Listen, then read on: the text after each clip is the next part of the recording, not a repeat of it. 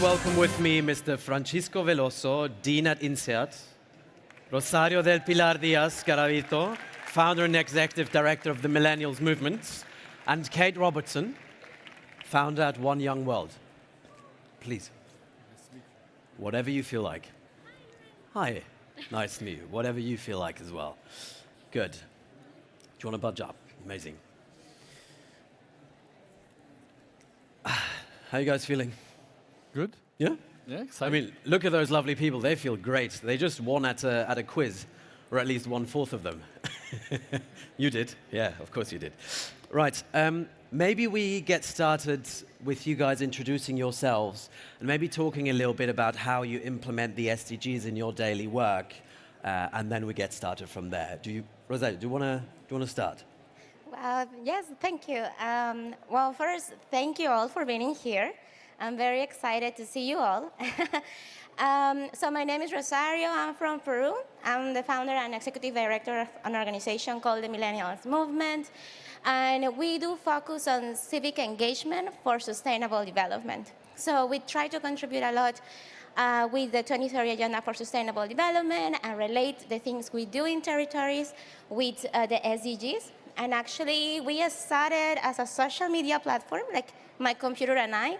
But now we are an organization that is legally based in Peru and that is reaching 16 countries in the Latin American and Caribbean region. We are volunteers that do amazing things. And not only just we are pushing to promote actions in territories, but also we are very consistent on engaging on decision-making processes to build incidents on decision-making around sustainable development. But also we are trying to integrate this sustainability approach in our lives itself, because that is, I guess, the hardest thing, and also to engage our closest ones, that is our families, which is actually, can be actually one of the hardest things as well. So that's what we do, and yes, thank you. Thank you so much. Francisco, what about you? Thank you, delighted to be here. We're a business school, INSEAD, that is very much committed to sustainability at its heart. And this is something that I've personally felt already, for some time. We're talking about the personal motivation. I mean, I've always worked, I'm an academic by training, and I've always worked in innovation and entrepreneurship. And one thing that we'll surely talk about is this notion that you need an entrepreneurial mindset to change things. And this is something that has been with me. So as I approach my role as the dean of a business school, is really to think about, given that the power that we have to influence people, through our research, through our education, and through our engagement, and if we think about and be truthful to our own mission at INSEAD, which is to bring people, ideas, and culture together to really, create and prepare these leaders that can have a transformational impact in the world. When we think about the world today, there's no more pressing transformational need than the one of sustainability. So it would be, to be out of our own mission if we didn't take this very seriously, and if we didn't take this and carry this into the way that we do work. And the way that we do work for us as a school, that means, to really have important research work, to really understand what's working or not working on the sustainability front. And just to give you an idea, I mean, over the last 5 years, we've had over 100 research papers that have looked at sustainability. But we also then to bring this to the way that we educate the next generation of leaders through our education and through our engagement.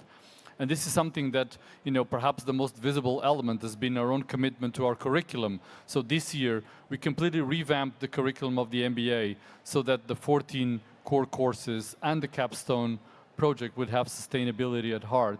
So make sure that, the students that go through our program, they understand each of the concepts, but then are able to connect that to action through the capstone project. And then we, of course, engage a lot, with our alumni, with the community. And in fact, one of the things that we're very proud of is that the co-founders of ChangeNOW are our alums from INSEAD. They really took to heart this mission of transformation and realized that they can have a big difference and push it forward. And this is something that's part of our, our current, standing and part of the way that we see our future. I love that you're providing a platform to the students at INSEAD to essentially within the given confinements of the SDGs, really find their own way, but then push the narrative forward. Now, Rosario, when you started, that wasn't really the case for you. You said it yourself. You were your computer, yourself, and your dedication. Do you want to talk about why you got started back in the day?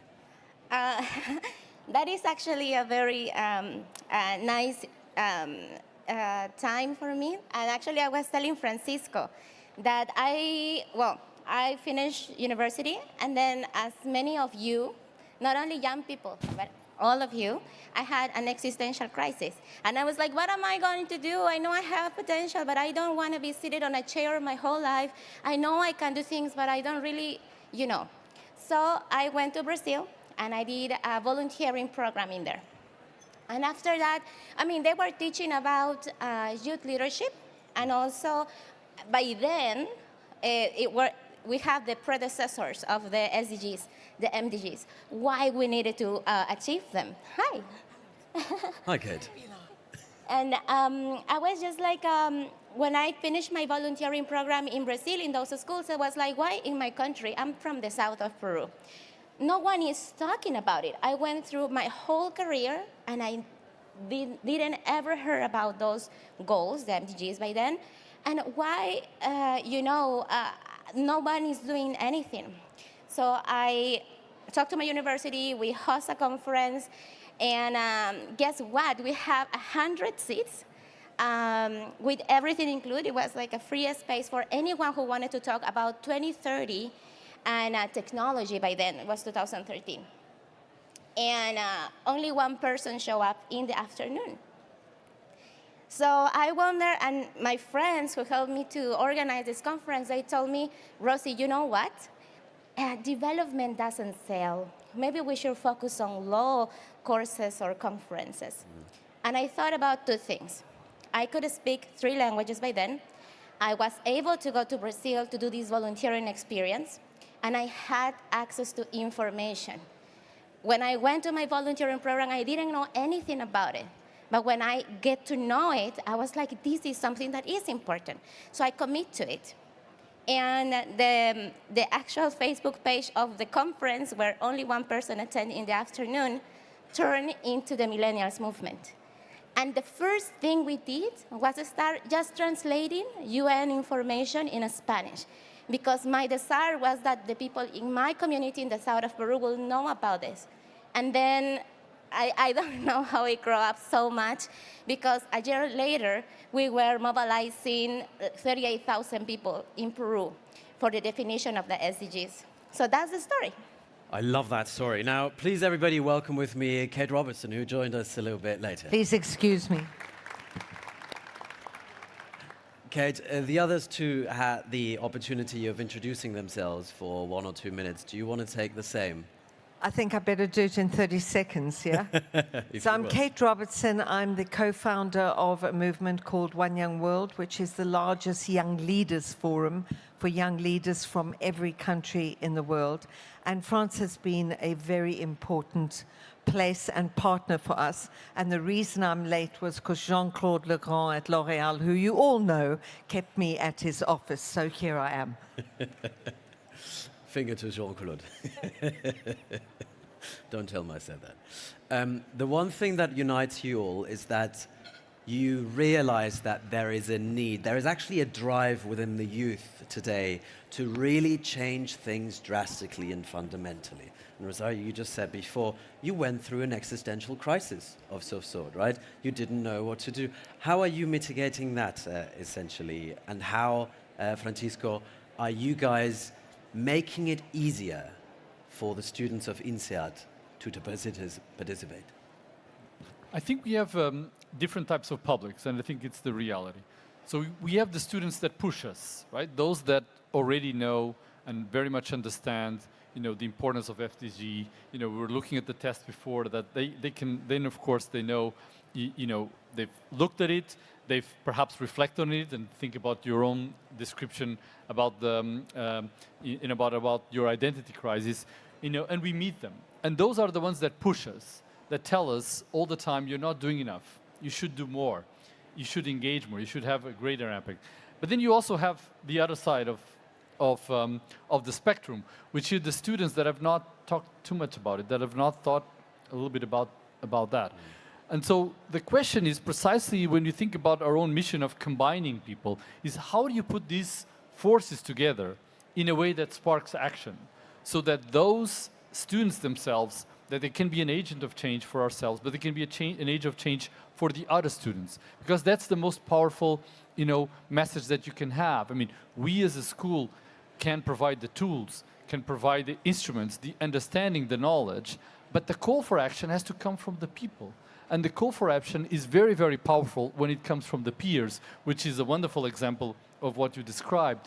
And so for us, it's very important to think about this combination of enabling the power of those that are at the forefront of wanting to drive action, bring all of them the right tools and the right action-oriented mindset, and then create the opportunities for them to go out there and do and make a difference through what they can do with us, through our Center for Entrepreneurship, through the work that we do with some of our professors, or to the way that they connect to the broader world, by coming to an event such as these, or helping and supporting some of the impact entrepreneurships, or becoming impact entrepreneurs themselves. So it's that combination of elements that is quite important and quite powerful for us to think about how we orchestrate that dimension. I'm really interested in this push-pull dynamic of it all. Now, Kate, you in general work with incredibly, what I can guess, are also pushy young leaders, exactly just like herself. Do you see that pull dynamic as well, as in, is there a need for you to, let us say, pull them further into the whole mission, or is there not? The truth is that I don't think so. And the reason that I don't is I think that young leaders anywhere are actually trying to change things. Now, that doesn't assume that it's always for the good. But it's mostly the case that the young leaders in the One Young World group, and I'm sure many of you here, are trying to change things for the better. And if you're trying to change things for the better, you fit into the Sustainable Development Goals one way or another. You are somewhere there. What we find with these young leaders that they don't want to be told what they fit into. They've worked that out for themselves, and they themselves are pushing and driving themselves. What they want is to be recognized for what they do. They don't want people like me taking credit for what they do. And the minute you put them, and I know INSEAD has been very good at leaving the space open. At the minute you do that, they'll push themselves through it. But the minute you're boxing them into something, they're simply not interested. Or trying to get people to take up one of the goals and act on one of the goals that they're not passionate about, because then you're going to have to push and there is absolutely no pull. Their own passions are, I think, the pull. Beautifully put. I like the idea that they sort of, whatever you do, as long as you have drive, essentially, you will fit into one of those, or into one of the SDGs. Now, the question is, and maybe to you, Rosario, is there a situation where you might actually not fit? Is there a situation where the framework that is provided does not suit the mission that you have? Wow, that is a very interesting question, because we actually are in a very difficult context, Like, for instance, Latin America is the most unequal region in the world. We have conflict, we have also, but around the world we have war, and we are, going crisis after crisis. That is not necessarily the enabler environment that fits our mission, but it comes as that kickoff, a context that can really mobilize things. Because, when I started when I started with the Millennials movement and everything, it was because of a need of something. And localizing these issues, understanding what is happening in the territory, in the context, in Africa, in Latin America, in Europe, and understanding how it's affecting youth and what is this driving, or where this is driving youth and people around, is the best way to take this complex context and start driving change, because it's not very easy. And we around the world even have like a very structural barriers that till now, even though we have invested so much money to do different things, are not changing, you know, like inequality, and let's start making a list. You know which one are those, right? I see that. Understanding local drivers, you're very much in the business of that, right? Because every individual at the INSEAD comes with their own. How do you mitigate for that? I don't think, I mean, I think part of what we were talking about and the question you asked and the examples you give is more of alignment rather than trade-offs. And this is the power of connecting those different ambitions, because one of the things that one can start to realize is that when you have, you know, people, planet, and profit, and when you look at that, you know, we at INSEAD, one of the things that, you know, traditionally has always been part of the, you know, the ethos of the school and our students is entrepreneurial capability, entrepreneurial drive, regardless of where they come. I mean, they can be from France, or they can be from Latin America, or from Asia, or from Africa. That entrepreneurial drive has always been there. And one of the things about this alignment and about providing this knowledge is to realize that ever more, for what society wants, but also where the opportunities are, is when you align these elements, when you align the people, you know, the planet and the profit. And so what you can do is to create that opportunity for you, for the students and for the graduates to understand that alignment and to understand that within that alignment is the way that they can make it work and can make a difference, regardless of where that starting point is. And this is what we try to do, and the way that we try to enable them towards action. Not to try to think about trade-offs, but to think about, you know, how you create that alignment. And so you bring the knowledge, you know, through the faculty and through the research that they do to explain what happens and doesn't happen. You also, in particular, make them very sensitive to the issue at scaling. When we think about the SDGs and when we think about the impact that it is, it's very important that in today's age, you really need to think about solutions that scale, that can have impact at the global level. And for that, you need a very shrewd business mind to be able to have that, you know, business orientation that allows you to scale it and allows you to drive impact. And this is what we traditionally have at the school. So once you take that framework and you create that alignment with the opportunity, but to do that at the same time that you care about the people and the profit, then, you know, the graduates start to realize, wait a minute, this is how I should go. This is how I should have an impact. And this is where, you know, what really motivates and animates us, you know, through the way that we think about the knowledge, the training that we give them, and the platform that we provide for them to go out there and make a difference in the world. Isn't this one of the more unique opportunities for us all to get aligned? And maybe for us all to make sure that this scales beyond this stage and that this scales essentially to every single organization that you guys are part of. So maybe in the last 7.5 minutes, as the clock keeps running down so quickly and you guys are so attentive, let us focus on you guys. Let us focus on what you guys can do, because obviously we have very knowledgeable experts here on stage. So Kate. So I think the thing that is really important is that we act and that everybody acts. And you don't get caught up, if you're passionate about something, don't get caught up in the rooms where you sit talking about it for the rest of your life. That's your life and time wasted there. I take that point about scaling very, very seriously. Yeah. Absolutely vital. It's actually what we've just been talking about with L'Oréal was exactly that, is global scaling. But also to remember that anything that is outside of the 149 clauses of the SDGs is probably not a very good thing, because you either fit in there or you don't. It's probably a bad thing. But the one thing I would say, and the reason that my passion, the reason I set up One Young World was for people like you, Rosie. It's for leaders. There is only one problem in the world today, and it sits with terrible leadership. There isn't any other problem. So if you have a passion for something, you go there and you fix it. If something's wrong in your country, your community, you go there and you fix it. But with the poor leadership we have today, we're going absolutely nowhere, and we will not achieve the SDGs by 2030 with poor leadership. There's a funny saying that my dad used to say. Please. Which is, experience essentially means nothing. You can also do the wrong thing for 30 years. And current leadership... But at least you did it. At least you did it. Current leadership maybe needs to make way to the lovely people sitting in the audience. Oh, yes. Oh, 100%. Now, Rosario, pointed at you, a young leader comes to you and says, I'm inspired by how you got started.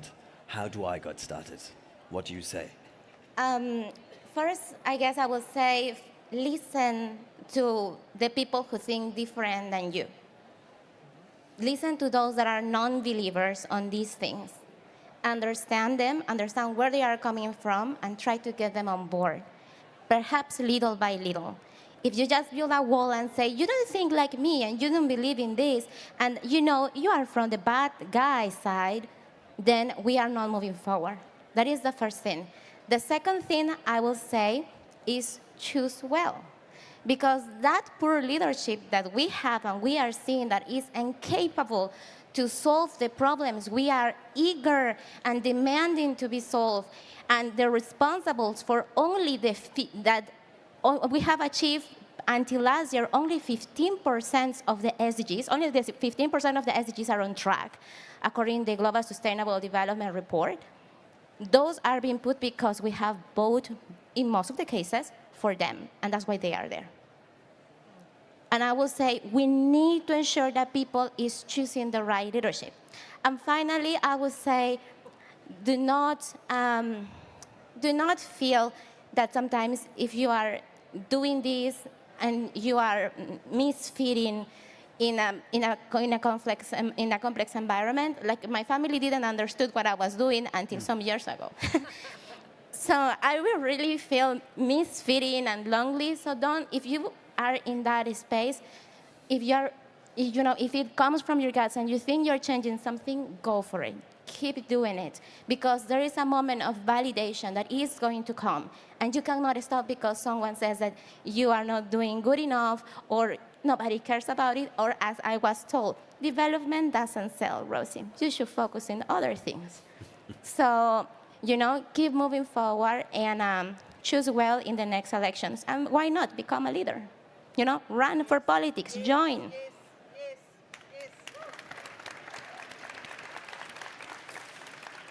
If you ever run a seminar on motivation, Francisco, you've got your speaker to your left. Francisco, when a student comes to you and says, I want to do something with purpose, but how do I start? Well, fortunately, we have many of those that come. Purpose is very much part of many of our aspiring leaders that come through the school. And I think I'll echo the point that Kate made about action, about taking action. I think that's a really critical element. And I would connect that with the other point that you also made, and that also came in this previous answer, which is that poor leadership that you talked about. One of the things that happens is that once you have that call for action and for purposeful action, if you connect that with the fact that increasingly people realize that this works as a system, that when you have a solution in one place, that's placed to another role. Now, one of the things about these poor leaders that you were talking about is that they're lazy, right? One of the things that they don't change is because they don't know, and they get rooted in their own kind of mechanisms and approach. So they look for easy solutions. And that's what creates an opportunity for that entrepreneur that can make a difference. Because if you come with a solution, they'll come and take it if they're not able to develop themselves. And this is what creates an amazing opportunity for transformation around entrepreneurial, because it is clear that this change has to be done by different people, has to be done with different solutions and with different companies. When we think back about the root of entrepreneurship, that is the root, is this notion of creative destruction. This notion of creative destruction that is at the heart of entrepreneurship is ever more critical when we think about sustainability. We just have to do things in a different way. So if you get and you take that motivation and push it forward for action, people will come and take your solution, because that's the easiest way to do it. and therefore you'll find it that must be, it's not going to be hard, that's not going to be hardest, but if you have that purpose that you talked about, and that purpose is in your heart, that will give you the motivation that you need to push that solution forward, and you'll see that, you know, the driver and the buying on that side will come much easier than you think it may. And the only thing I can add to that in the last 15 seconds that we have is the following. Whenever we think about big problems, the problem with big problems is that they're big and they seem overwhelming. But taking little steps towards that one goal, breaking it down, making sure you have one day at a time, one step, one email at a time to accomplish, that in many cases makes it so much more digestible. And I think we can all realize that for some of you, hopefully, listening to this panel today was your first step. So thank you very much. And thank you very much to our panelists and to our speakers.